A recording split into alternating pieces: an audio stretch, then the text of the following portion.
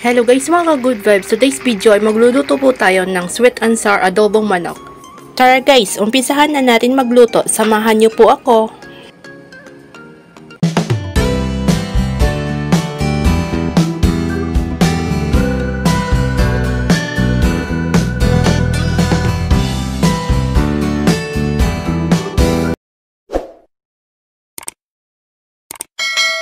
Hello guys mga ka-good vibes, welcome back to our channel. By the way, I'm Jen Kylie Vlog.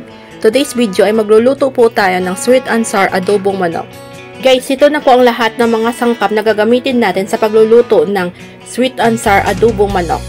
Adobong manok sweet and sour ingredients: 1/2 adobong manok, suka, tuyo, luya, bawang, sibuyas, siling verde, oyster sauce, nor chicken cubes, pamintang buo, daon ng paminta, black pepper, asukal, mantika, at patatas.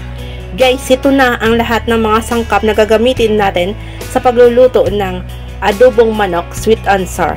Guys, panoorin nyo po ang buong video. Una, maglagay po tayo ng mantika sa kawali. Antayin lang na uminit ang mantika bago ilagay ang bawang. Gisahin lang po. Isunod ang sibuyas. Gigisahin lang po.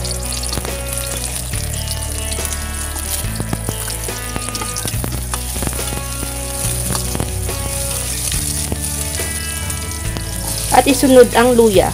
Gigisahin lang po natin.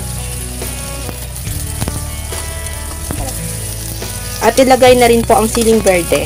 Gigisahin na rin po.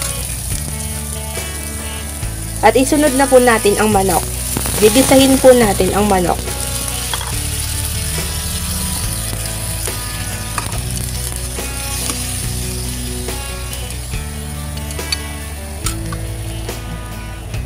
Lagyan ng pampalasa.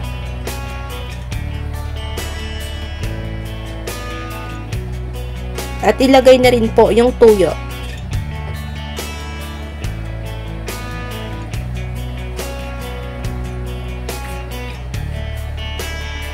At lagyan natin ng suka.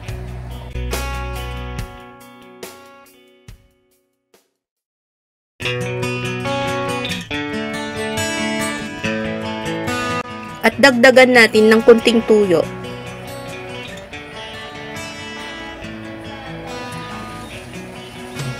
Lalagyan din natin ng asukal para manamis-namis po siya. Dahil ang lulutuin po natin ay sweet and sour adobong manok. Ilagay na rin po ang dahon ng laurel, pamintang buo at pamintang pino.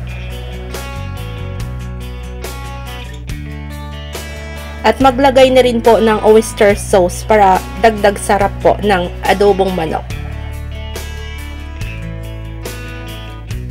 At lagyan po ng kunting pampalasa.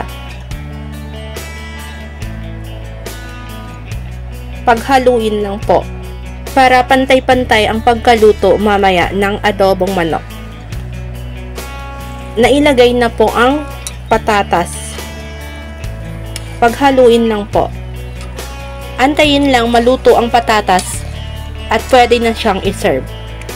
Magantay lang ng ilang minuto at pwede nang iserve. Hello guys mga ka-good vibes, okay na po ang sweet and sour adobong manok. Pwede na po iserve. Hello guys mga ka-good vibes, ito na po ang adobong manok, sweet and sour adobong manok, ang paboritong ulam ng Pinoy, ang pambansang ulam ng Pinoy. Pinoy food is love, lutong bahay is the best talaga.